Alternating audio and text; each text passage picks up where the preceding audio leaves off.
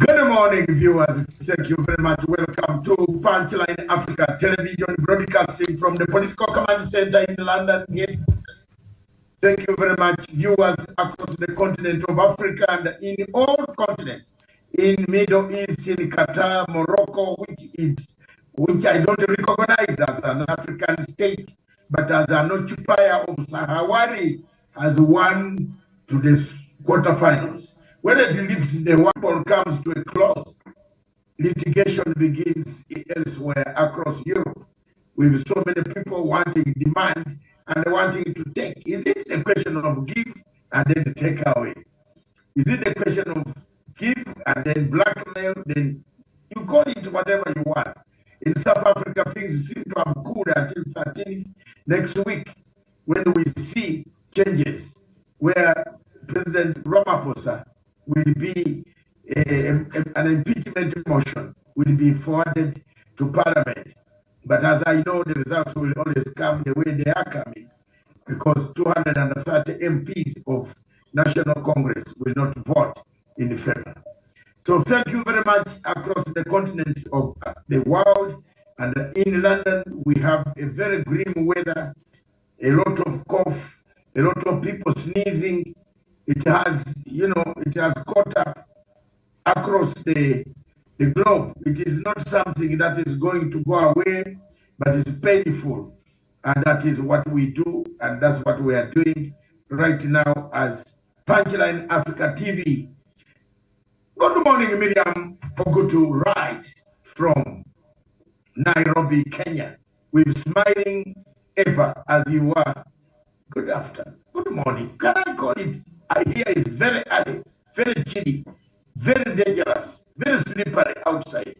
If you're a man who walks badly like me, you might break your back and end up in hospital. So I don't know how Nairobi is. I'm told it is also winter, and your winter is a biting wind. And a good morning, gentlemen. A new man on what do we call it? A new man on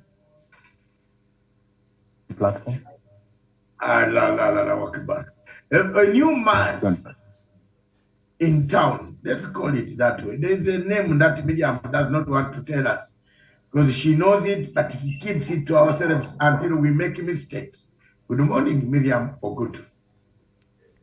Good morning to you, and good morning to our viewers, and good morning to Mpambe for our radio section, our radio studio. A new man on the block. Yes. Yeah, you are in the media house. Good morning to you. You're right. Asante sana Daktari Matanga popote pale ulipo kwa kukaribisha kwa hii show ya leo hapa Radio Punchline Africa studio kwenyewe ambapo tunapeperusha matangazo ya leo. Asante sana kwa kuweka hewani. Thank you very much. Many of you who don't know that Radio Punchline Africa exists, that is also our radio, and we have been having it for a long time. So please tune in to every music. If you are at the garden working, if you are at the gym, if you are in your house, if you want to listen to music, tune in on Radio Punchline Africa. Go to the main platform on the Twitter, main platform on Facebook, on YouTube, and click Punchline Africa TV. The live stream of radio will come automatically. Shida mpaka siku ya mwisho. Tuliona hivyo namna hivyo alikufia hapo katikati ya Arusha and Dar es Salaam. We have so many things to entertain people in these shows of ours, and we are happy that the entertainment is going on, and our role is to educate. There's one thing that the platforms, people misuse the platforms. Platforms, media, are to educate. That's why this man of Twitter is having problems regulating people to be educative.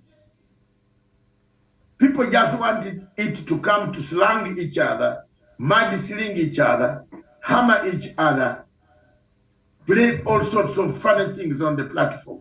But these platforms are now helping us to have more knowledge everywhere across the world. If you are asked something, the platform will tell you, Google will tell you that what they're asking you is in Kenya, not in Uganda.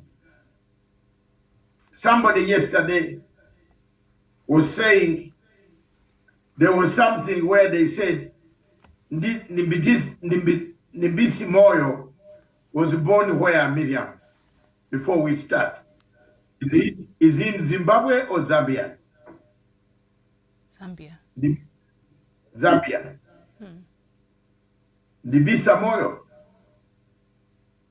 You see, everybody seemed to be at a loss. Ndibisa Moyo is Zimbabwean. The lady who has written that book, The Dead Something. Let's go on. And the Pambe. Get ready as soon as Miriam finishes her headlines.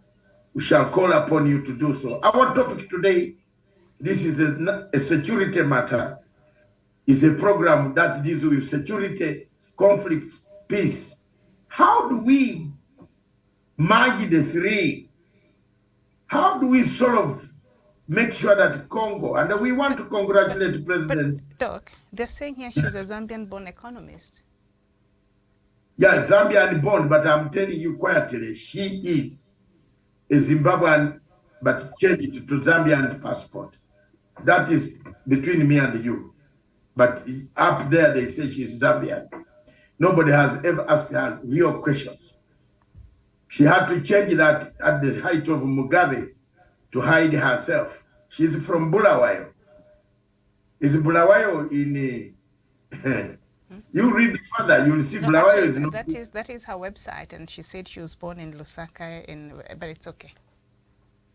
She was born in Lusaka, but she is a Zimbabwean with a Zimbabwean mother and father. Okay. But they had it. Oh, they moved to Zambia. It's like me now. Oh, I can get the Kenyan passport. Yes. Yes, ma'am. It's not a debate. Thank you very much, Miriam. And already I have landed the mic. It's back to you in the studios. I was talking about the topic of today, and which is very, very clear. Is Frontline and Mr. Pambe Mukanga have done their best on the type of news, brief news from whatever region they are in Nairobi. Thank you. All right, a very good morning. I'll just go quickly the headlines this morning from Kenya, the Daily Nation. Boarding schools shock for parents. In a move that caught families unawares, the government yesterday slapped a ban on registration of new boarding schools for children in grade 1 to 9 and any form of boarding for junior secondary school. Children from pastoralist communities will, however, be exempt from the new rules. That story is on page 2 and 3. Kenya seeks 92 billion Kenya shillings treasury in talks with World Bank for loan to be secured by June. 53 armed groups in DR Congo signed peace deal. You'll find that on page 24. Judges strike a blow for gender balance in Supreme Court. There can be no more than 4 judges of one gender in the Supreme Court, the Appellate Court has declared. It has also directed the Judicial Service Commission to ensure compliance with the 2/3 gender rule when recruiting. That story is on page 10. Kenya seeks to host 2027 African Cup of Nations Championship. That is on page 23. And Raila starts 30 days of defiance. And then the Star newspaper litmus test for Raila as anti-Ruto rallies begin. And baby Travis was victim of parents' fight. That is according to the Kenyatta National Hospital. And Wajir parents alter birth dates to marry off teen daughters. That story is on page 10. Primary boarding schools to be abolished from next year. You'll find that on page 8. And the Standard newspaper, Raila's, and then Soho killed top Cohen. That story is on page 7. And primary school head teachers wish list. So that is what we have on the leading newspapers. And then Morocco stands Spain to storm into quarters, and peace, Uhuru strikes deal with the DRC rebels. And some of the regional newspapers, we start with the Herald from Zimbabwe, and measures taken to ease power shortage And then Zimbabwe fulfills land compensation obligations. And then news day from Zimbabwe as well. Chaos in Pali over Chamisa. The Nation, Tinubu, I'm candidate to bid. That's why attacks are coming. And then The Guardian also from Nigeria. Nigeria spends 160% of revenue on debt service in 2027, World Bank warns. The Daily Monitor, government recovers 240 billion Kenya shillings from thieving officials. And New Vision, students' loan scheme list out. And then the Times from Rwanda. Rwanda unveils 221 million US dollars plan for waste management and clean technology. The Daily News from Egypt. Egypt Automotive Summit 7th edition reviews national strategy to develop auto industry. That is what we have, and a couple of other headlines still on the front page of that newspaper. The Sowetan from South Africa, prophet vanishes in a river tragedy. So that is what we have on some of the newspapers from across the region. Doc, back to you. Thank you very much, Miriam. Before I cross, and Toby Jones is on movies, music, and the return of detected risk theorists. Yes, you know those James Bond, those Colombo. We are coming there. We are returning to those. But Miriam, one thing that strikes me before as we move, this film industry, isn't it the first time we as Africans were conned that it is real? And you find a very well-grown African like Dr. Matsanga seated, and when he sings his film, you don't you don't want to move him from the remote. Where are we? It's not con. Isn't it part of the con industry? What do you think? Film is just make-believe. I don't think anybody feels they're real. Others are based on real stories, but it's just entertainment. Yeah, but the way it is done is conmanship. You are teaching people that they are shooting, but you are not shooting. Is that not called fraud? How did the fraud start? Anyway, it's a big topic that we need other people on board. Yes. So the Guardian talks about that. And then we have the Independent talks about Morocco again with the full picture of Morocco celebrating. As I've told you, Dr. David Nyakorat Matsanga, son of soil, Mazi, does not want to hear anything. The Moroccan government, whether it wins the World Cup and carries it to heaven, I have nothing good to talk about Morocco. As long as they occupy Sahawaris, the real original Africans, being beaten, killed, maimed, slaughtered, raped by the Moroccan forces under the occupation. The only country recognized by the African Union, but it doesn't exist on the ground, is Sahawari. Welcome to the show. Sunak under pressure to avert winter strike chaos. I warned you yesterday, don't come here where we are. Stay there, Miriam. I know you have chosen one of the hottest places where you are going. You are disappearing, but South Sudan has become a very big problem now. Breaking news coming from there is Mr. Salva Kiir and Riek Machar are at tension again. Mr. Salva Kiir has been sidelined, removed from SPLM. Mr. Salva Kiir has just been appointed, Africa, to stand for another term for presidency. So expect no sunshine anywhere. Maybe the best place for sunshine for you, I recommend Victoria Falls, which will be the most fantastic place that you can ever come back and tell us the story. Let's move on. The Daily Express, Miriam, ambulance strike has hatred that it talks about something that could bring quite a lot of confusion. And in fact, they fight when England and France have played football, we have to end up taking cover anywhere you are. We don't just have to like each other because of rivalry of Napoleon coming to take over Waterloo. All right, the last newspaper is Metro. The Metro, which is given for free, so it is Abe family. The Prince Charles and Camilla are the king, not Prince, King Charles and Princess Camilla are actually killing their family.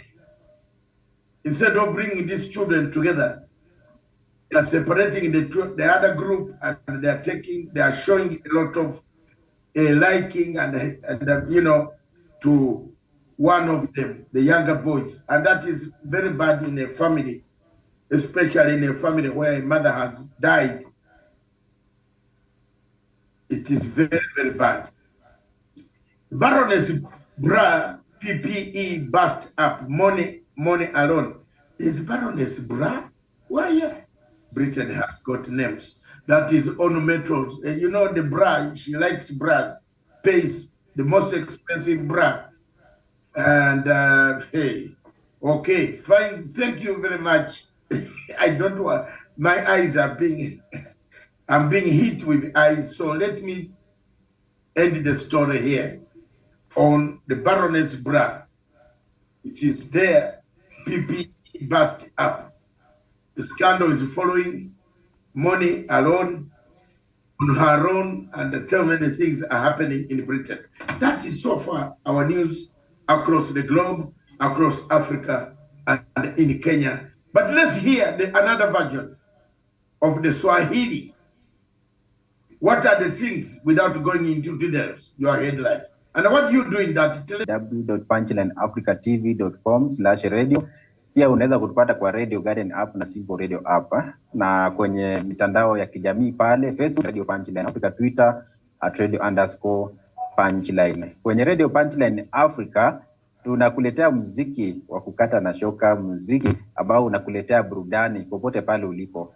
Bila shaka tunasema ni Rumba Africa na muziki mingineyo. Tukipata nafasi tunacheza muziki hiyo kama ina Oliver Mtukuzi, namna ambavyo Daktari Mazanga aliyosema hapo awali, Baraka Mwinyi na kadhalika, ndipo burudani kamili.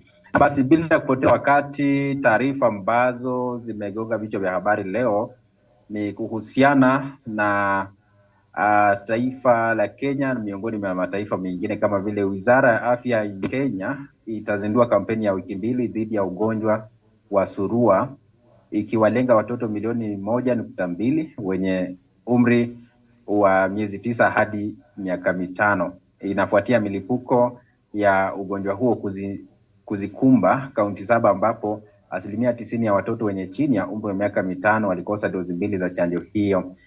Kwingineko kule Somalia, viongozi waandamizi wa jeshi na makundi ya kiraia walikubaliana makubaliano ya kuweka msingi wa kuanzisha tena mamlaka ya kiraia, hatua iliyokaribishwa na Umoja wa Mataifa, Washington, London, Brussels, Riyadh na Abu Dhabi miongoni mwa mengine. Alafu maafisa wa serikali ya Somalia pamoja na wale wa Umoja wa Afrika wamesema Jumanne kwamba jeshi la serikali pamoja na sehemu ya programu ya Ukraine ya kupeleka chakula kwa mataifa yanayohitaji imewasili kwenye bandari ya Djibouti ili kuanza kutekeleza na kupeleka chakula kwenye nchi jirani ya Ethiopia ambapo ukame mkubwa unaendelea kushuhudiwa. Ni jambo ambalo wengi wamelipokea kwa njia iliyo sawa kabisa, kwa sababu hapo awali Ukraine haingeweza labda kusafirisha nafaka ama chakula kutoka taifa hilo na kuelekea mataifa mengine ya Afrika na hata mataifa ya magharibi.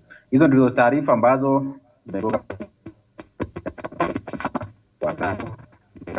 na Daktari David Masanga akiwa kule London. Thank you very much, my brother Pambe wa Mukanga from Radio Punchline, one of our radios and one of our companies that we run under Punchline Africa TV. Thank you very much for that. All the time at 11 o'clock, you can go now, you can enjoy the music, you can join our programs to tell us more about what you know about the war in Congo, conflict and the peace. Thank you very much. By the way, I would like to take this opportunity to apologize to our viewers across the continent of Africa and the world that the date is 2022, not 2021. You see, I don't know what to say, but I think I pray to Jesus Christ that this one, it will be very bad on a poster that is going worldwide. Thank you very much. It's very sad, very, very sad. And Miriam, introduce the topic then we go from there. Or I start from this way, whichever way you want. All right, so we are looking at how do we harness security, peace and conflict in the DR and in general, and Africa in general, owing to the recent developments and what we saw yesterday. Let me just get that right so that we don't confuse our viewers further. All right. So our topic this morning is how do we harness peace, security and conflict in DRC and Africa in general. So that is, yes, I was right. That is what we are going to look at this morning. And as we start from DR, Doc, before I get back to you, there were violent clashes in Eastern Democratic Republic of Congo on Tuesday between Congolese soldiers and the M23 rebel movement. Local sources said as the rebels said they were ready to disengage. Congolese troops engaged the rebel groups outside Buiza, some 40 kilometers north of provincial capital in Goma, according to the sources, as the violent sent being behind the massacre, blaming stray bullets for the deaths of just 8 civilians. On Tuesday, the group issued a statement saying it was ready to countenance a withdrawal from territory it had seized, a key demand made by Luanda at peace talks last month with neighboring Rwanda, which saw a truce agreement unlocked. So the M23 are saying they're ready now to put down their firearms, and 53 armed groups from the Democratic Republic of Congo that met in Kenya for the third East African community-led Nairobi peace process have agreed to lay down their arms as Kinshasa finds ways to address their grievances, amongst them the removal of foreign armed groups from the country. So we shall continue getting into the details of that as we proceed with the conversation this morning. So Doc, back to you. You can start us off. Thank you very much, Miriam. That is a grim picture coming from the Democratic Republic of Congo. But just on a better, in a better mood and in a better side and a best foresight, in Kenya, Nairobi, where you are, yesterday, the former president and the president of Kenya, Dr. William Ruto, together with the East African community heads of state, have managed to secure a peace, a permanent ceasefire amongst the 52 rebel groups that are based in Congo. This news came by the East African Force, Stabilizing Force, which is in Ngoma. These are two things that have made me this morning, and I've written a document which should actually be sent to the office for publication, and that is it. That would bring about the best approach of our peace process in Congo. But will this peace process hold, Miriam, given that we have 132 peace rebel groups, 52 of them? Now, where are the 70 or 60, 80 of them? We have to look for more 80 of them. to bring an overall peace process to a conclusion. But the first step that former President Uhuru Kenyatta took under difficult conditions, under tough conditions, the plight of refugees, the plight of being in the hall for almost 20 hours without food. Because once you leave a peace process and a peace process of a hall and you go, the peace could collapse. Negotiations into the night, trying to make sure that we find a solution for the people of Congo. That process is recommendable. That process, his former boss, President, former boss Uhuru Muigai Kenyatta, to continue with the peace process. Because if we change the hands into another envoy who does not understand the conflict, we would still be again lagging behind. But his continuation, his support from the government of Republic of Kenya is what I would like to commend. And I thank you people, Miriam in Nairobi, pass my greetings, pass our greetings to the people of Kenya for having supported a peace process in the Democratic Republic of Congo. After all, that is what we need in Africa, not a football cries, not celebrations of a team which sponsors conflicts on the African continent. That is my stand. And any questions that can come from there are welcome. But what is it that we want to achieve here? How do we marry peace, security, and the conflict itself? That is the bottom thread, the inner thread of our discussion today. How are we going to make sure that there is no recurrence of this peace process, of these conflicts, that there is permanent peace, there is security among the areas where the M23 has surrendered, and among the people where the M23 claim that they are being discriminated and killed, and their people are being killed, which has sparked a conflict.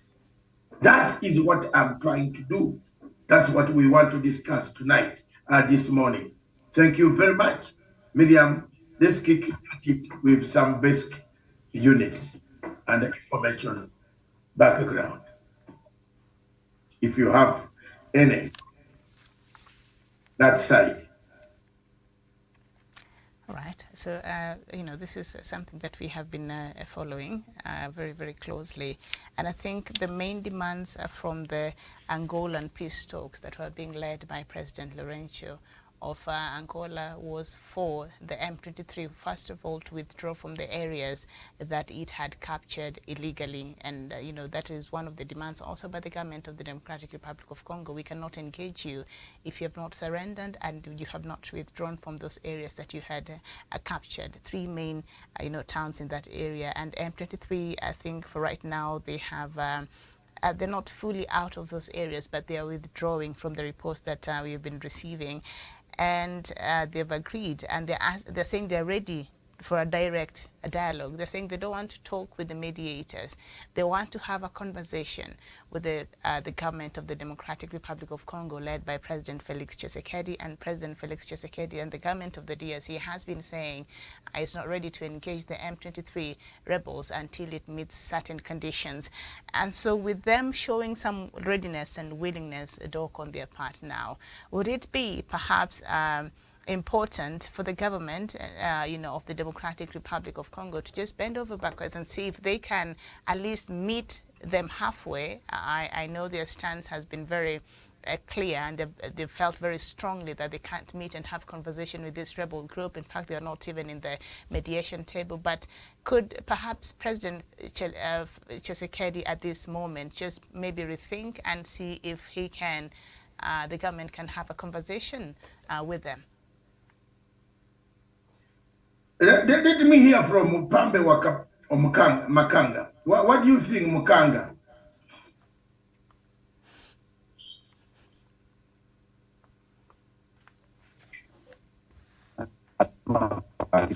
sababu sasa East No, Africa the network is yes. Yes. Lakini nitasema kwa Kiswahili kwa sababu the whole of East Africa sasa hivi inasikiliza, na bila shaka hivi ni vita ama ile changamoto ambayo DRC inapitia inahitaji dhabiti kwa viongozi wote wale ambao wanapigana, viongozi wa pande zote na kote hata East Africa. Viongozi ambao wanakuja kusaidia taifa la DRC ni viongozi ambao wana imani kwamba vita hivi vitaisha. Tunakumbuka kwamba ule mkutano ambao ulifanyika kule Angola, baadaye sasa ukaja hasa Nairobi hapa Kenya. Bila shaka ni mpangilio ambao ulikuwa sawa kabisa, mpangilio wa kuleta pamoja hawa viongozi na vile vile M23 pia wakiwa pale, wale waasi ambao walikuwa wanapigana katika taifa hilo la DRC. Ni hatua nzuri kwamba M23 sasa wanakubali kwamba mwongozo huu ambao umetolewa wa kuweza kumaliza vita hivi uweze kufuatiliwa, alafu kwa karibu sana ili vita viweze kukamilika. Kama kawaida vita vinavyotokea ama kama kuna changamoto yoyote, watu ambao wanahusika katika swala la changamoto hili wanapokuja pamoja bila kuvutana, hapo ndipo tunapata amani. Nachukua nafasi hii vile vile kushukuru Rais mstaafu Uhuru Kenyatta bila shaka, ambaye amekuwa anaongoza majadiliano haya kwa njia iliyo sawa kabisa, na ameonyesha kwamba ni kiongozi dhabiti ambaye ana matumaini ya kuweza kuhakikisha kwamba East Africa ama Afrika Mashariki ina mshikamano. Vile vile Rais William Ruto vile ulivyosema pale kwamba tunapopata East Africa ama Afrika Mashariki ambayo imeshikamana, tutakuwa rahisi vile vile kupata soko lililo sawa, usafiri utakuwa sawa katika mataifa haya bila kuogopa nchi yoyote ati kwamba kuna mtafaruku huko ama mtafaruku huko. Na hapo ndio maendeleo yanatokea, na hakuna mtu ambaye atatoka nje kutucheka sisi, kwa sababu mataifa ya nje wakati mwingine akiona Afrika ina vita hivyo ama ina msukumano huku na huku, hapo ndio wakati mwingine wanafurahi kabisa, kwa sababu sijui ni nini ambacho muhimu wanapata kutoka pale. Lakini hiyo lazima liweze kuzingatiwa sana kwa viongozi kuweza kushikamana na kufuatilia ule mtindo ambao umewekwa kumaliza vita hivi, na tena isikue kwamba kuna mwingine ambaye labda kwa njia moja ama ile nyingine amejificha chini, kwamba hapa juu tunakaa kwenye meza tunazungumza, alafu baadaye anakuja tena kupinduka kwamba tena anataka hivi na hivi. Wacha mambo haya yaweze kuzungumziwa kwa meza, yaweze kumalizwa hivi, alafu tusonge mbele. Nashukuru sana. Yes, finish your word. Ndio hivyo sasa. Kwa hatua hiyo ni muhimu sana, ndio sasa najaribu kusema namna gani kwamba viongozi waweze kushikamana na hatua ambayo wameshaichukua, usikue tena kwamba wanarudi nyuma. Namaliza mtafaruku kama makabiliano ya kivita katika taifa moja, tunaenda kwa lingine, kwa sababu kuna mataifa mengi hapa Afrika ambaye amepata changamoto za kivita. Tuna taifa kama Sudan tumepata ambalo bila shaka kama ile nyingine viongozi wameweza kusaidia kutoa vita kukabiliana na vile vita vya pale. Hivyo basi tunaposonga katika mataifa mengine, tunataka kumaliza mitafaruku ya kwa ndani, wanasema intra conflict hizi ambazo zinafanyika katika mataifa haya ya East Africa na Africa. Kuna mambo yanatoka nje ya Afrika kwanza vita kujua mtafaruku tena na itakuwa na moja. Haya, the network is not good. It's okay. Asante sana ndugu yangu kwa Kiswahili kwa Radio Frontline Africa viewers across the world, the continent. When you want to listen to music, the Rumba African music, the music from Oliver Mtukudzi, from South Africa, from Nigeria, from Cameroon, from Somalia, from all the states of Africa.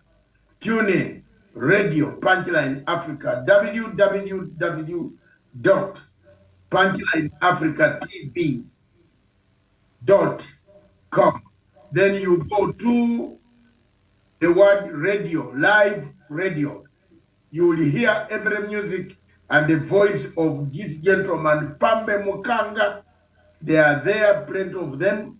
They are doing their thing online. Don't go to the gym and put on music by the rivers of Babylon. No. Put Lingala on in the music with your, or when you are doing running, use that radio, put on the phone, put your earphones. Miriam, who runs in her estate, will always do that. And please, I ask her to, she doesn't like some of this Lingala, but she at times listens to them. But she's not like me, who likes Lingala 100%. And therefore, I use it every morning, that radio, when I'm doing my exercises in the house and around the house. Thank you very much. God bless you. And that is why I've kept fit like this, that I'm able to listen to African music. Let's have another day tomorrow. Punchline Africa Television continues with its show, the security frontline. We want to find out, how do we harness the prospects of peace, security in the conflict zone? Put them together. How they work? That's what we want to talk. Thank you very much. As we speak, as Mr. Pambe Makanga goes off, we are left with my sister Miriam, and we have to smash it out after the end. And let's see. Miriam, there are sorts of conflicts on the continent of Africa. One of them is inter-party, inter-country state conflict. That is usually a proxy war where we talk about boundaries. The African Union Constitutive Assembly Arrangement talked about boundaries of 1884, never to be discussed.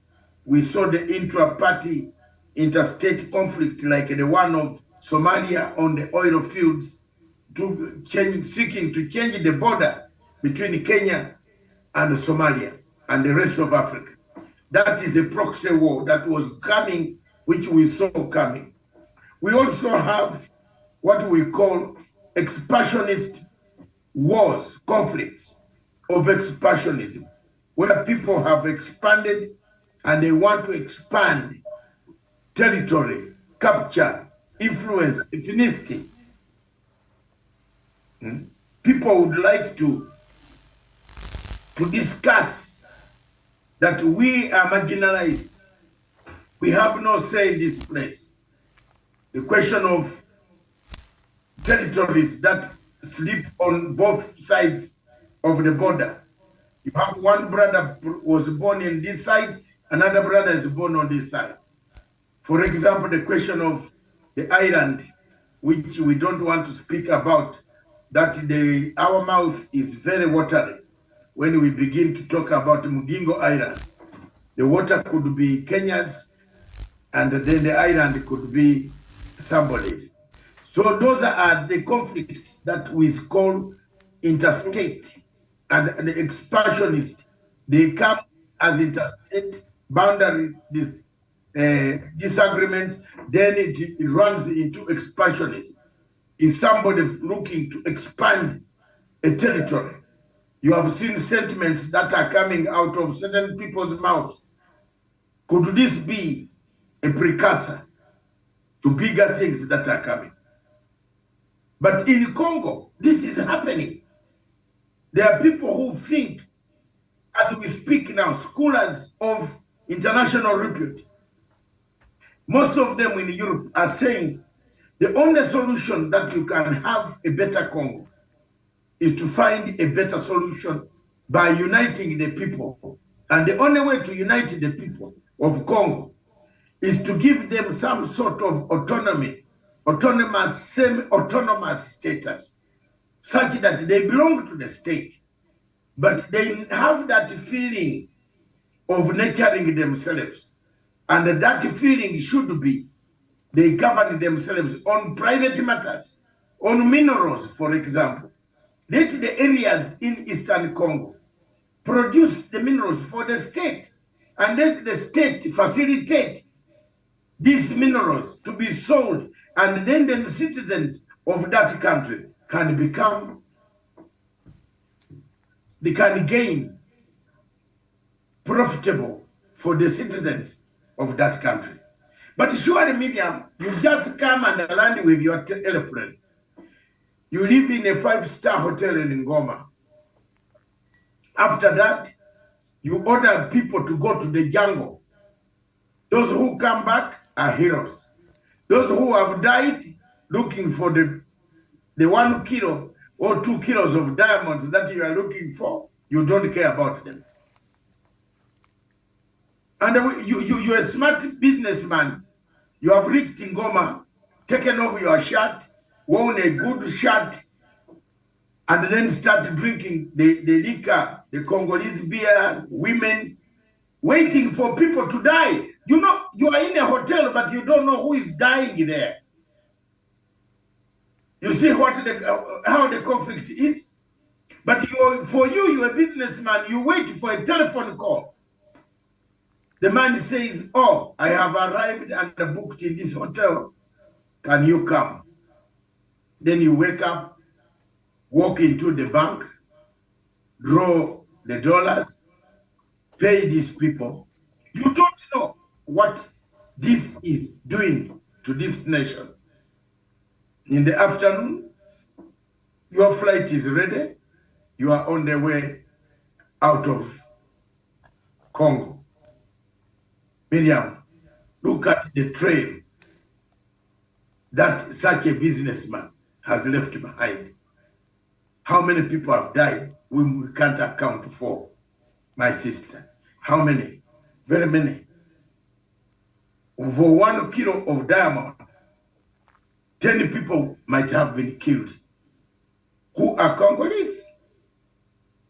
So why don't we legalize the trading of diamonds, of gold, through the government itself coming out with how do we harness the peaceful environment that is beginning to grow in the Congo? How do the natives, the problem of Congo, of DRC Congo, is the natives don't gain. They are not, that's why a conflict has risen. That's why someone has come and filled the vacuum by telling them, you see, the government in Kinshasa has neglected you. You are on your own. There's no authority here. People come and beat you up because you are taller than the Congolese. You are assumed to be a Rwandese. You are beaten up. But this, why can't we change the narrative? Bring infrastructure to the people. Let the people mine these minerals. Put themselves in a car on the road, go and sell them and buy food and educate their children. That will be the day that Congo would have announced peace and created security for the people, and then destroyed the conflict. Other than that, Miriam, the conflict seemed to be just suspended. But if things are not very good on the ground, Kenyatta has done his best, and as an African, Pan-African friend, I give him the credit that he deserves. Well done, Mr. President, Mr. Former President, and well done the President of Kenya for having facilitated, at times jumped in to help to open this process, to encourage people that there is need to talk. As other areas blow up into wars, let's cool our wars in Africa, and Africa will return and rise again. Miriam. Yes, indeed. The interstate war and the interstate war as well that is ongoing outside of this interference that we see some countries that are being accused of funding that conflict in the Democratic Republic of Congo. Indeed, there are deep-seated issues that also and factors that have acted to fuel this war that must be addressed. And I think yesterday President Uhuru Kenyatta was talking to the groups that he has been meeting for the last couple of days there in Nairobi. Something he said that I found to be very interesting, and that has to do with ethnicity. I think that is something that has to be addressed in the Democratic Republic of Congo. It is one of the key factors that is actually fueling this conflict. And I'll quote what President Kenyatta said yesterday. Some of them were not guilty of anything and were targeted because of suspicion and ethnic communities they hail from. The president, Felix Tshisekedi, has said they will form the committee, and I told him also I want to be part of it, also those with no criminal record to be released at once. So there are, from what President Uhuru Kenyatta was saying yesterday, there are people who are suffering, perhaps they're in jail and perhaps have been killed, not because they've done anything to warrant that, but because of their ethnic background, and because of that, how they're perceived to be, and perhaps who they're perceived to be aligned to. So ethnicity is a big problem that cannot be ignored, and once maybe the area has been fully pacified, and there are reports that the rebel groups have moved and peace will quietly return to that area, because right now we really can't say. M23 says they're ready to engage and they've put down their weapons, but we saw they violated the ceasefire agreement that was made on the 25th. So we don't know how long they will hold this, or if at all they're actually planning to keep their word. But outside of these other matters, the people of Democratic of Congo as a people, they must come together and address the issue of ethnicity that is deeply rooted and will continue to haunt them and haunt their peace, and they will not realize there are things you cannot sweep under the carpet and just hope that it will work themselves out. This is something that has come out strongly, and this is something that must be addressed. And Doc, as you were talking and just highlighting the amount of wealth Congo has, and we know they do. And I think yesterday I was just reading a story here. There is a company from Switzerland that I think has been fined, and it paid the DR Congo's government a lot of money in tens of millions of dollars because it was found guilty of illegally doing business and acquiring some of the minerals there through corrupt ways and bribing officials there. And it paid some good amount of money. So we see that. And then the people who come from these rich areas that are rich with mineral resources, they don't get to benefit from this. So perhaps they should look at how they manage their natural resources. And indeed, that is a problem. That is a problem. And we've seen also that become a problem in Cabo Delgado in northern Mozambique. The young people from that area, well, these multinational companies have set up shop, and they're making a lot of business and a lot of wealth from there. The people, the communities, the indigenous communities were moved out of that area. They were never offered better alternatives. They were never consulted. They don't benefit from what is coming out of there. The profits are going to a few on top. And so that creates that level of disenfranchisement, and also the inequality that I think is this is the theme. When a people feels marginalized, when a people feels they are not getting what they should be getting, and they feel some level of inequality, we have seen time and time again in this conflict, especially across Africa, that becomes a recipe for chaos, that becomes a recipe and a fertile ground where some people with ulterior motive will find these young people vulnerable and susceptible, and they take advantage of their disenfranchisement, and they're able to use them for other things, to continue destabilizing the country and to run their own agenda.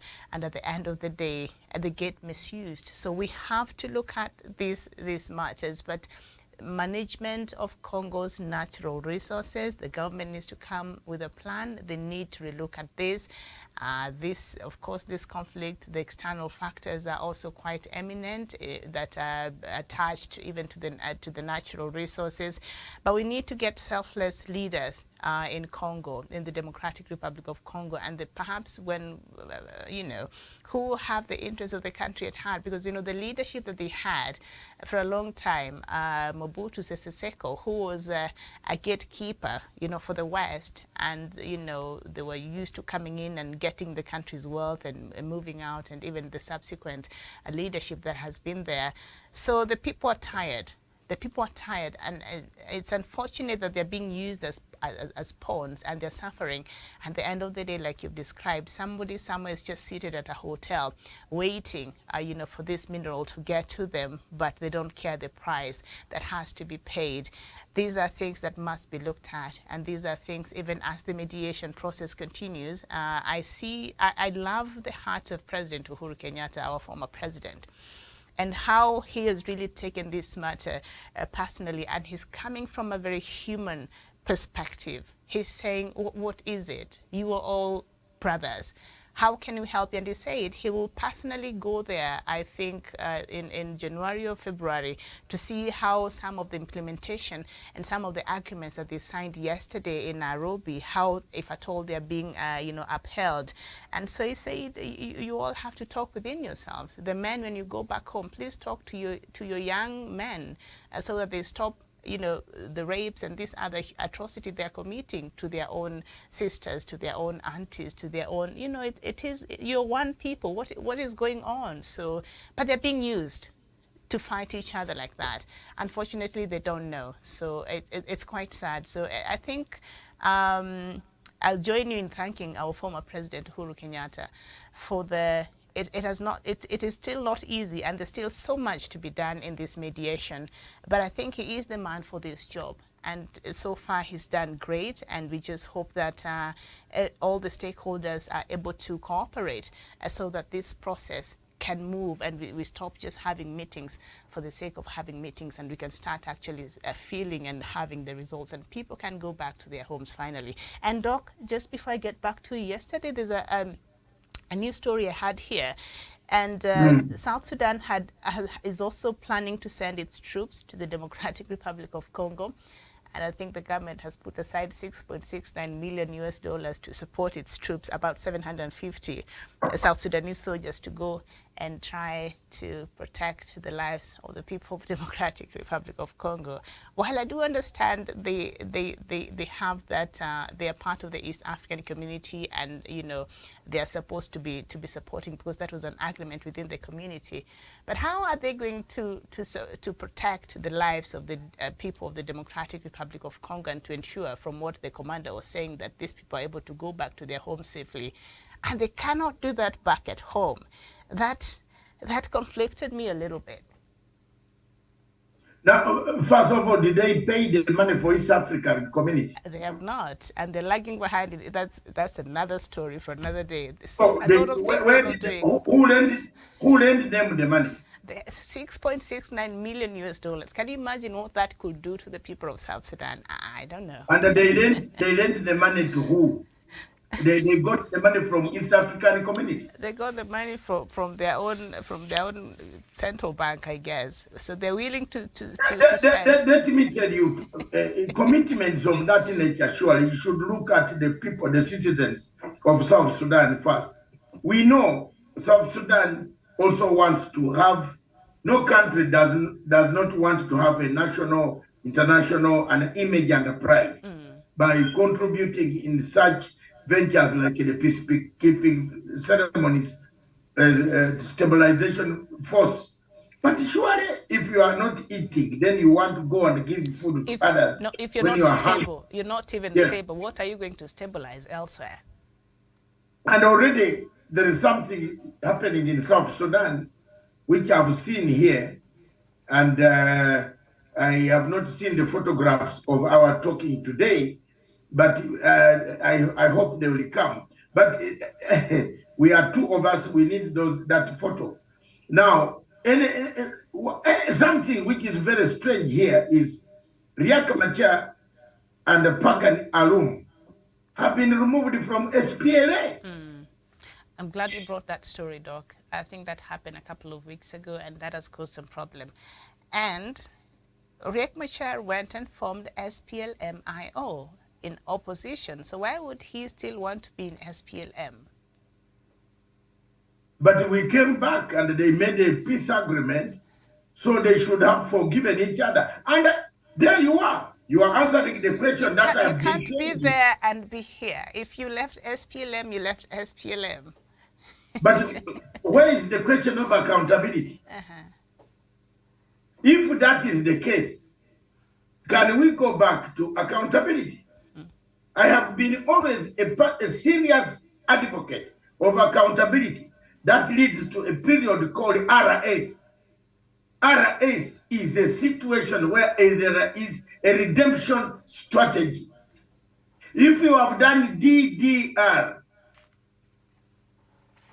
this mobilization, disarmament, and the reintegration, you need straight, you move straight to DDR. You move straight to redemption strategy. Now, before you do DDR, you must do accountability, which is agenda number 5. The problem of South Sudan, and which we should not replicate in Congo, is now the rebels have agreed. But there are people there with grievances. And I hope President Kenyatta will listen, because usually he listens. He's a very good listener on some of, if he's not busy, some of our shows. Your Excellency, you have to quickly, the 52 teams must lay down the rules of implementation, accountability, if we are to save this nation again. Because the moment you jump accountability, you find a roadblock ahead. Now, Mr. Riek Machar has found a roadblock and a Pagan Arum because they didn't do accountability. Which side were you in the war? So it is going back to unravel, Miriam, the agreement that, okay, if you say I was in SPLO and you agreed, now you came back together. We didn't dismember SPLM. I was one of the few people who opposed this name called SPLM. South Sudan People's Liberation Army. You have got independence, still you have a liberation army. What about, okay, are we going to have that conversation fully, Doc? NRM is still there 37 years later. Exactly. I want us to go to Uganda. It's still liberating the people. Say, national liberation movement, a national resistance movement. Still resisting. Are you still resisting? Well, they're resisting democracy, I guess. I don't know. So, it needs, one of the things that I am proud about, Miriam, when that I is talk the psychology of the leadership. That's how they think. Exactly. And then the psychology of the leadership leads you to chaos. Have you seen the chaos that is coming? If you now eliminate Riek Machar, and you have now chosen today, just a few minutes ago, breaking news, they have moved to endorse Mr. Saluk, the ailing leader, because when he comes to public meetings, it doesn't work well. He's my friend, and age also has caught up with us. These were our commanders in Nairobi, 1985, 86, 82, Owini Kibul. They have suffered. They have gone through quite a lot in Owini Kibul, in southern Sudan, in camps in Ethiopia. I sympathize with Commander Salva Kiir. The age is also catching up. We are not the same people. As you grow, you add on, you celebrate. That's why now, for me, I've stopped even celebrating birthdays.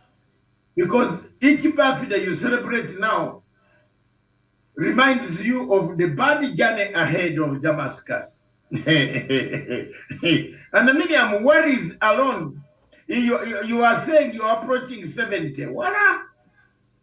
You know that depression can come in and finish you. So you look back and say, now Miriam says, I'm only 33, 34, 35. You can't even eat food with her on the table. You rather run away.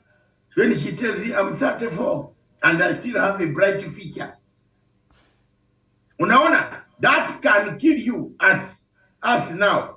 That's why David, this man of here you see, does not celebrate. Does not celebrate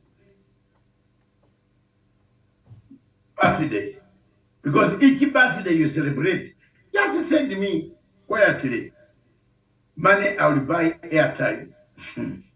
Increase 1,000, which I think I owe you. Miriam owes me my present, my birthday present, which just passed in October, 2 months ago.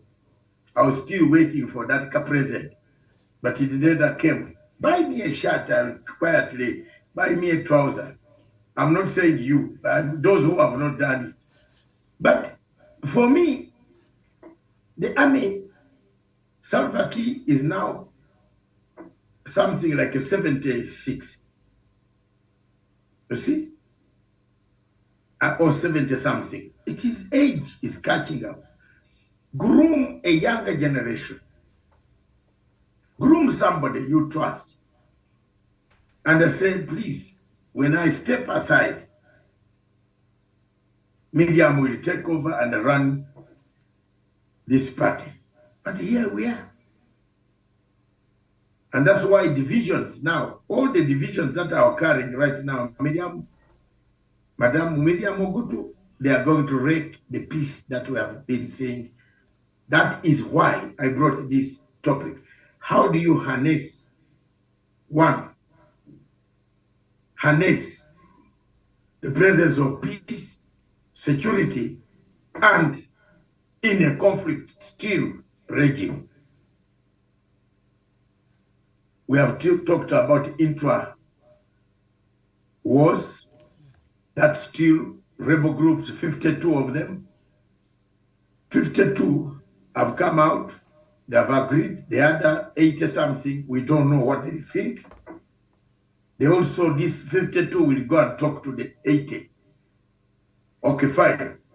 But if you don't move fast, whoever funded this war, whoever collects the diamonds, who sits in a hotel in Ngoma, could come and say, you know, don't worry. Now, for every 1 kilo you bring, I'll give you a quarter of that money in cash, in dollars. People will go back to create a conflict, to kill one in order to grab the gold or the diamond to go and sell it to the seller. So that one becomes a proxy war sent, which can, there are people who claim they don't have a state where to go. Like M23 has said, we are Congolese, but we are not recognized in the state of Congo. That's why we want direct talks with the president.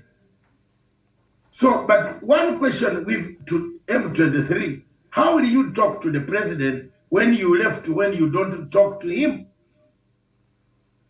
You need a mediator.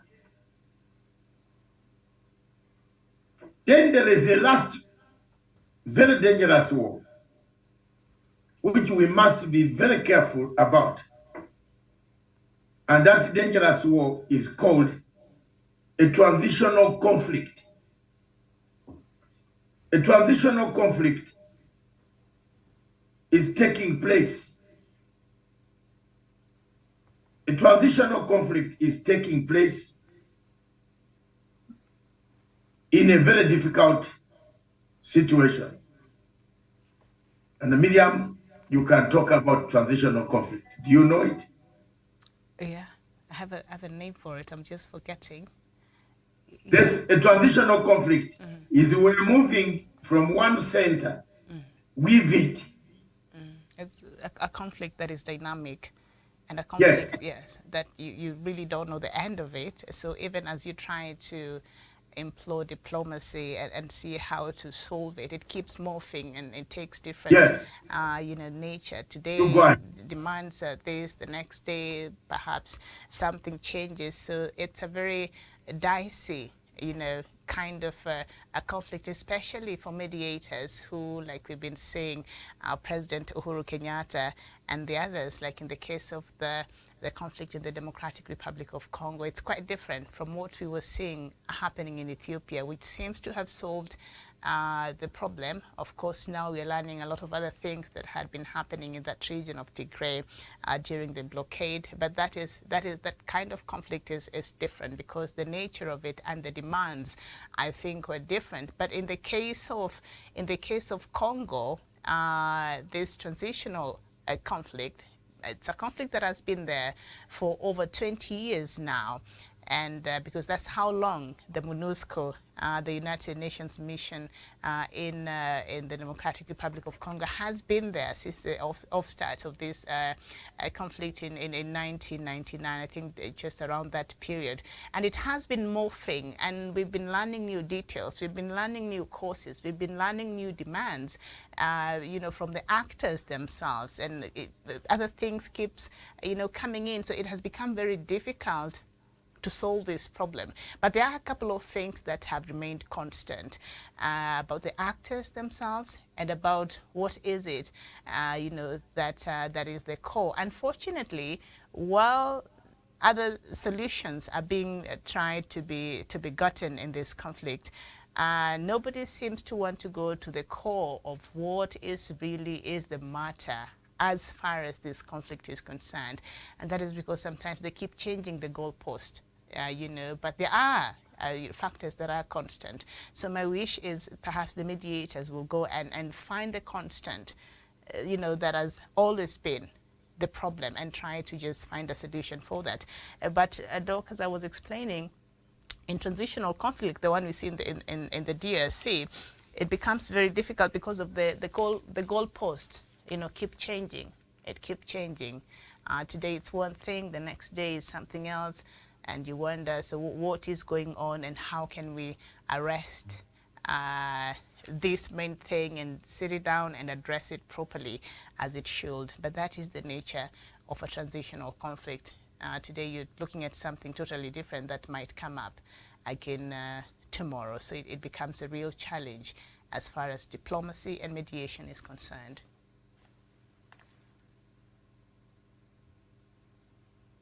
Okay. So, as we wait for those. No, I am here. Okay. The question of Miriam, you have explained very well. In transitional conflict, who suffers most? Who suffers most? Of course, the There must innocent. be. The innocent civilians, yes. Civilians suffer most in transitional conflict. And in all conflicts, yes. No, what the annexation, you come and take over and keep quiet. And they say, I want you to be kneeling before me every morning. Talk about kneeling. You saw the nurses, men kneeling before President Museveni in Kampala. The things that happen in that wonderful country, Doc, I can't even start talking about it. It gives me. I will bring the question on Friday. Don't spoil the proof. The great country, our wonderful neighbors. It's amazing. Yeah, I mean, there are so many things that happen there. Last night I was on a Twitter space, Miriam, before I answered this question. There is a younger man who always comes on this Twitter and tries to speak rubbish about Museveni. Every day, every Twitter space you go, he's there. And he's talking about Museveni, alleging so many things about President Museveni on Twitter space and about Uganda. Then I told this younger man, please, for goodness sake, Some of us who have been in a struggle for a long time, you are under 27 years old. Not even half of the age of what I've been in exile. I've known President Museveni as being very vicious when it comes to people who write about him. He will rather face you with the gun, and if you say you have picked guns and you are going to the bush somewhere in Bugisu, Museveni will come for you. In fact, he will spend all that time on, he enjoys that. But the person he fears most are those who sit down, like Orlando Tunu in the new UN, Matanga, and others, and write. There he will come for you, badly. Both of them, both the two leaders have that aspect. And I was warning this younger man, every time you come to the platform, even a subject that does not concern President Museveni of our country, you bring the name of President Museveni. His Excellency President Museveni has got his own faults. But there are good things that he has also done. One of the good things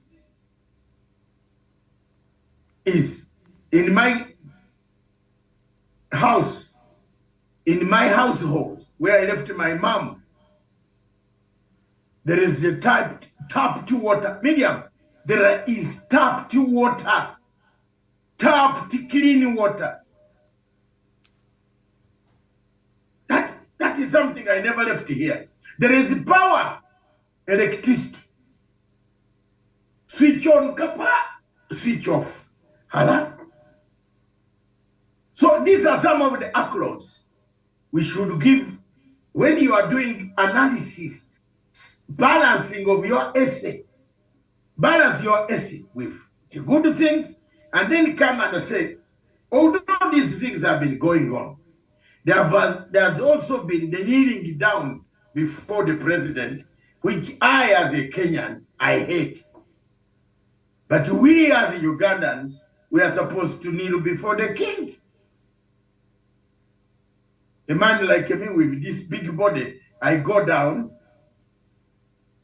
and I say, thank you very much, sir. I'll tell you the story of the king, which I've told you before.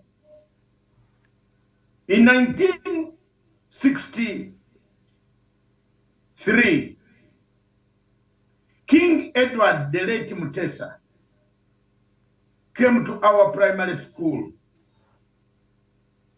I was in primary 3, 1963, yes. Because there was this, you know, the thing that you people in Kenya have brought back. Junior, you have to finish junior secondary school, then now prepare for that stage of J.A. Bright, which now Miriam jumped to Ogundipe.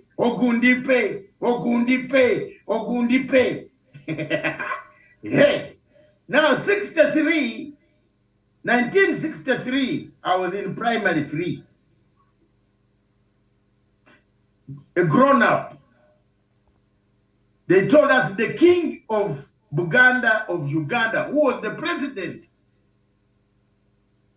president of Republic of Uganda, ceremonial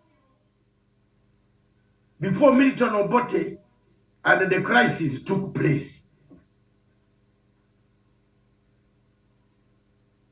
The king came 63, 64, yes, around there. I will check the date. Somebody home there used to write my history. And tomorrow, remind me to show you my pictures when the day I was born. And Miriam, whenever I tell you I came out when I was heavy kilos, you always laugh. But tomorrow, be prepared and open those eyes for you to see the real boy. Held in the hands. This is me. Now look at look at me, Miriam. The king was, we were told, Mom, my mom prepared us. I'm trying to give you this analysis of why we men in Uganda kneel. My mom prepared us. Tomorrow we leave here at 5 a.m. to get a vantage position where you can see the Queen. Since I am in the Mothers Union, your school will look after you while I'm singing in the Mothers Union. You know, King Edward Mutesa was an Anglican. So we Protestants liked him like we liked Obote. But we did not like the people who go to another church called the Catholic Church, which is Rubaga. That's where the Uganda conflict has always been. The religious conflict, which could actually, it brought all these problems that we have today. So here we are. I roasted my cassava, well roasted. Mom tied it nicely. By then, Indians, the grandfather of Prit Patel had a shop in Budoda, which was selling very good things, smelly. You can go there and, hey, yeah. Mom bought some pepper and some mandazi and wrapped it plus that. And I went with my mandazi and my cassava. So we reached the county headquarters. They said the first vantage point for all students from this primary school will gather at the corner. When I speak about the corner, there is somebody there called it who should explain it to you. That one there. He'll explain to you because he knows all the direction, corner. So we went to that corner and I took a vantage position. You know, nilianza kukua mtu kali sana those days. I became the leader of these other pupils. Tusimame hapa kwa miti, tutaona huyu mtu on a tree that had been cut. No, my mother said, no, you will fall because I know you like sleeping. Miriam, from 5 a.m., the king of Buganda came at 3 p.m., the motorcade. Miriam, my dear sister, what brought me tears up to today?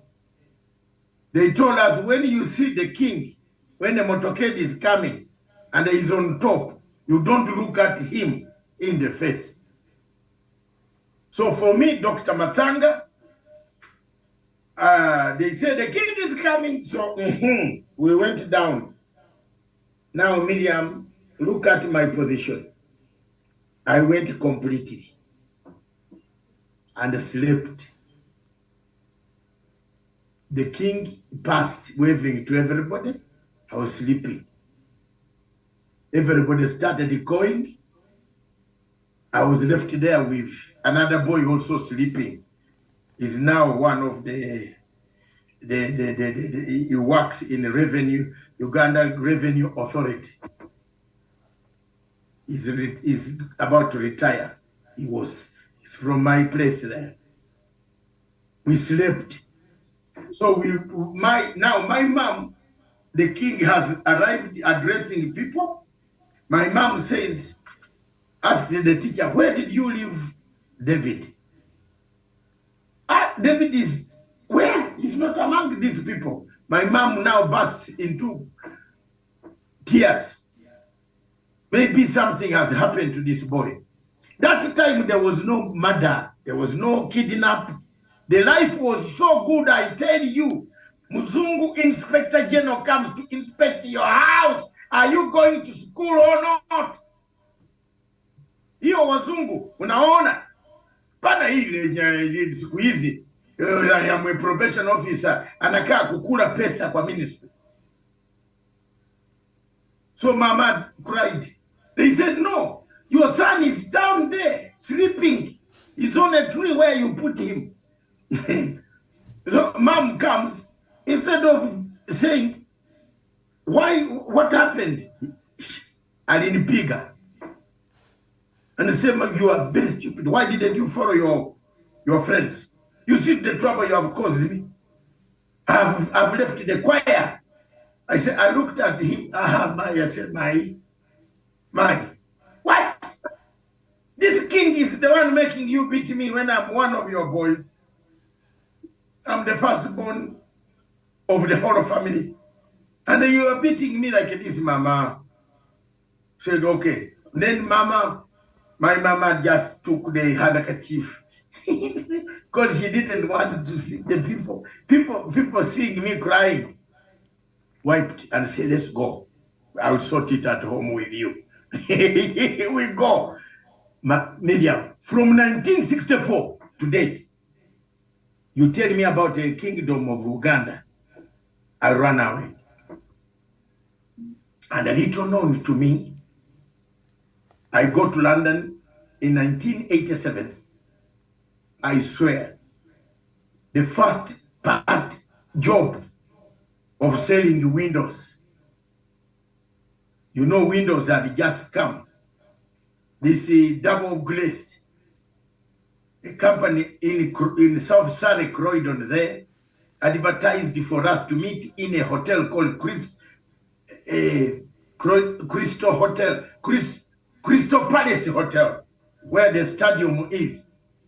I also say, I have to sell windows. Na English yangu hii kidogo. Kufika kwa inside the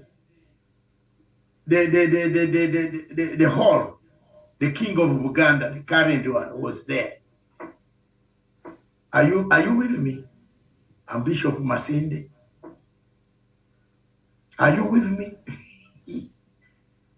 He was also selling windows. Apparently, our age is the same. Only that he was born about 1 month earlier. I was born a month later. So we became drink mates. Drink. Kukunywa kapombe. There was another gentleman called Kakoza. Kakoza united us, and I used to pick the king, pick me, because I'm radical. I was now pointing my arsenal to the Mr. you talk, whose name I don't want to mention. And they said, we have to get this guy out. You know, not knowing that the king was going to go and leave me in where? Exile. After 1990, 1991, things started changing. The kingdom recovered some of their houses, the properties. President Museveni gave them properties. The king went. Up to date, we communicate. When we meet, he doesn't ask who I am. But there's one thing I told him, I nailed in 1964. Then I have found you here, I will not kneel. He said, no, here is liberal, don't kneel. But whenever my friends, the Baganda come to meet us at the drinking place,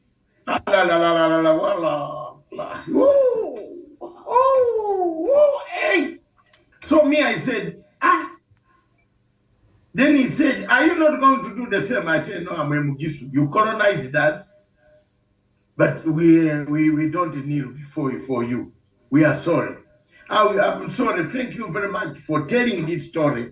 It's part of knowing your culture, media. It's part of cultural interactions, that you don't become a Riaka Machar, that you don't become a Makenga, that you don't become a Sultan Makenga to oppose people, but learn behavior. So when you say our country, your country, the neighbor, we have very crazy people there. Some of them will threaten you up to the end of the moon, but they will do nothing. When you meet them, they are very good people.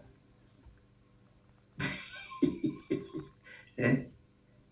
When you meet them, they are very good people. When I did not want to shake hands with President Museveni at all when he came to Juba.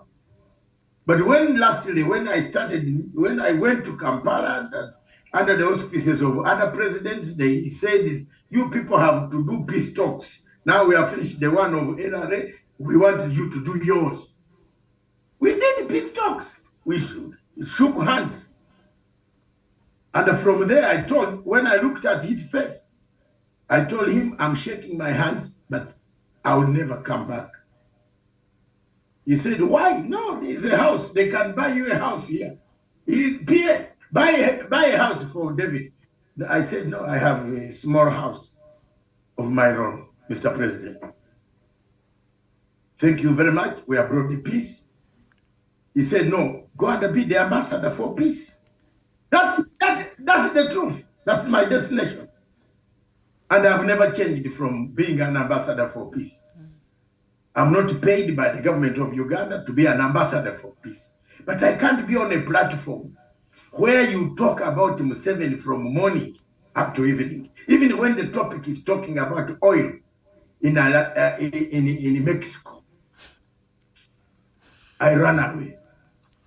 This younger man, every platform he goes to, he talks about Museveni. Even when it is Russian war and the Ukraine, he says Museveni is also involved there. So I say, no. Yeah, and Doc, I think it's not so much because we understand that the kneeling is part of the culture in Uganda, so I don't think anybody has a problem with that. I think the reasons behind the kneeling and perhaps the prayers the nurses were making, I think the reasons is what got a lot of people talking, and not the kneeling, because that is part of your the culture, and I think we respect that. It is the reasons behind why were they kneeling, and what was the reason why, and what was the message behind the kneeling. I think that is why so many people had a lot to say about that. When you kneel, the king rewards you. No, the message they were taking to the king, that is hapo ndio kulikuwa na when you kneel, the king rewards you. Their prayers to the king, like thou leadeth forever. The king rewards you. When you kneel, the king will reward you. And the king will listen to your views. And perhaps reward you with a county, a sub-county, where you can now be the chief collecting obusuru tax on behalf of the king. So kneeling is a respectful angle for women. You must, and the children, you must respect your dad. My daughters, however big they are, I swear, you can't come greeting me while you are standing. Am I equal with you? At least do this. A small, medium, do this. A small one. Hi, Dad. But you were totally squeezing. Hi, Dad. How are you? Where? Yeah. That's where we have lost it. And the medium, you can't encourage your son to come and just run into your bedroom. You said, what are we doing? Why are you in the bedroom? Some of these people ask those questions. Yeah, Doc, it is what the doctors and nurses, or the message that they were carrying to the king is what was is what was causing a lot of conversation. Yeah, they felt the king was still fit enough, and the king perhaps, No. What are you trying to land it? To land the might live to be 120. So the king should continue leading the people. I think, yeah, that was that was the heart of the conversation.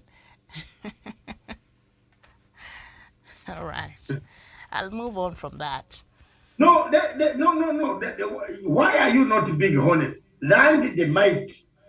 Yeah, was it the nurses and doctors who were nurses wanted the president? The nurses wanted the increment of their salary. So they're like, we want you to run again. Their own strike, yes. Yeah. Some of the nurses in Uganda are striking. Yeah. In fact, they have copied the nursing institution in London that when you are sick, don't try to go for Christmas in London. Stay where you are and have a link with your doctor, wherever you are in Africa, because things are not very good there.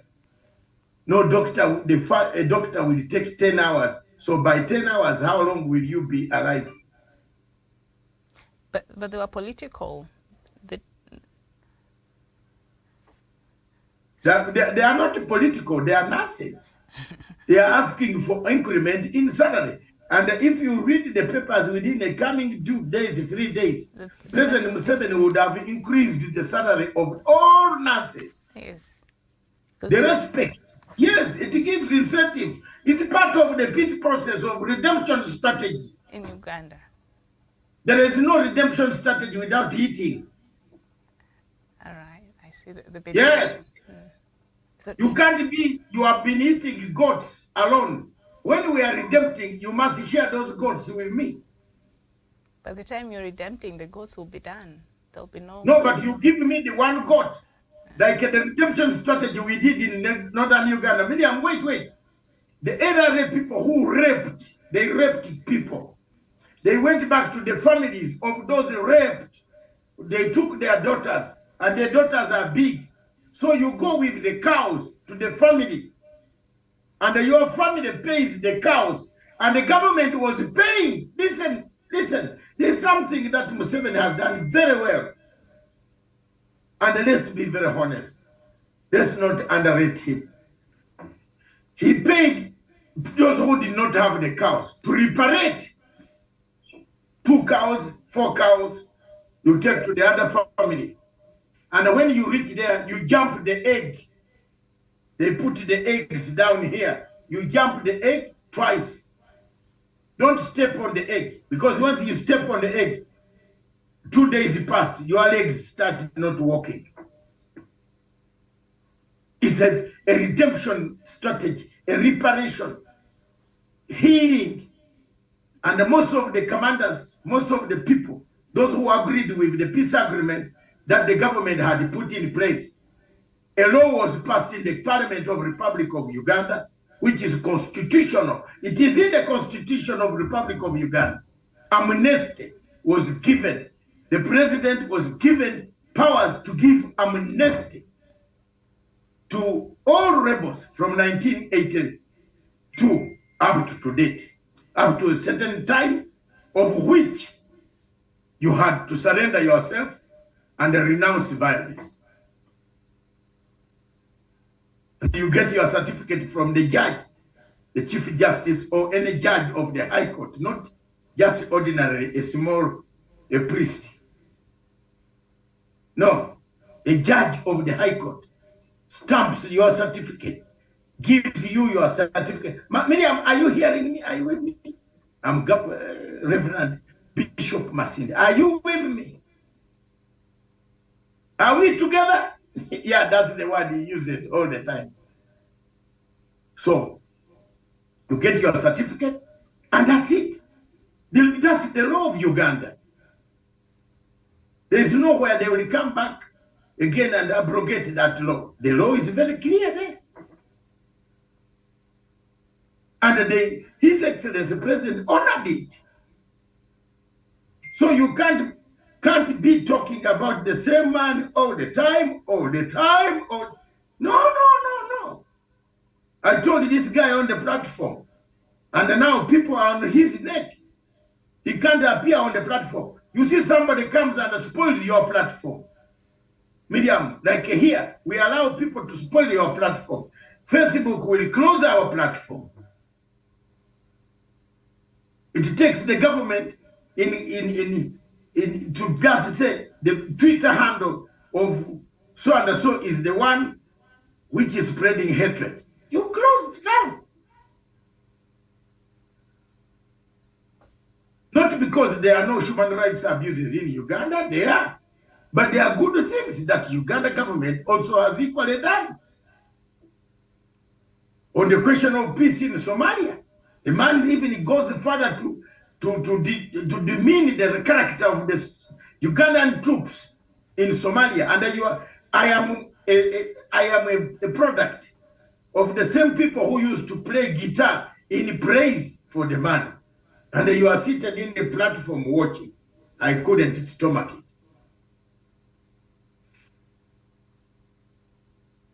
So the peace process, all this we are talking because of how can we get peace, security, and the conflict harnessed. How can we harness the values of Uhuru Kenyatta's ventures in the Democratic Republic of Congo? I rest my land with my mic. Analyst Miriam invites me for lunch via the phone. I will be able to eat. And M-Pesa can bring the lunch my side. I'm fasting today, so bad luck. Yeah? The what? I'm fasting, so bad luck. But we want to thank our viewers. Why are you very sketchy these days? You are fasting? We want to thank our viewers for watching. Thank you very much, Miriam. If you are fasting, are you for honest, for sure? Okay, he's fasting. But if you are fasting, it doesn't mean Matanga is also fasting. I want to eat. Moral support in the fast. That's what I need. Okay, moral support. Let me give you moral support. In the fast. Bye. All right. Bye. Let me also go on the fast. Okay. Thank you for watching. We'll see you later. Bye-bye. Thank you.